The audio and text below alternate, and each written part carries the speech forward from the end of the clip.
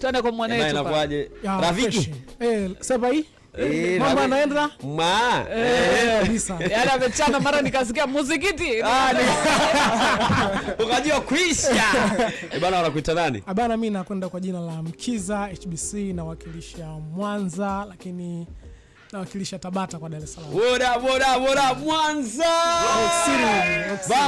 Bangosha. Noma. Karibu sana kwenye Double XL. Shukrani sana. Bana wewe nani akuvutia kwenye rap?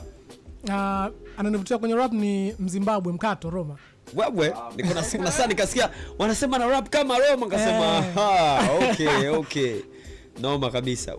Wanakupataje Instagram? Una kazi zako ushaitoa?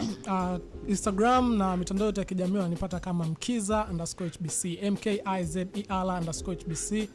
Na kuna kazi ambazo zimeshatoka. Kuna kazi inaitwa Peace ya Ligi nilifanya na Bele 9, lakini kuna kazi inaitwa Barua nimefanya na 16. Okay. Hizo pia zipo kwenye mtandao wangu wa kijamii. Nice. Yeah. Mwanetu, jinsi ambavyo mnapambana kwenye hip hop na nini, afu unasikia watu wanakuambia hip hop ilishakufaga. Kila siku interviews kwa John Jackson pale.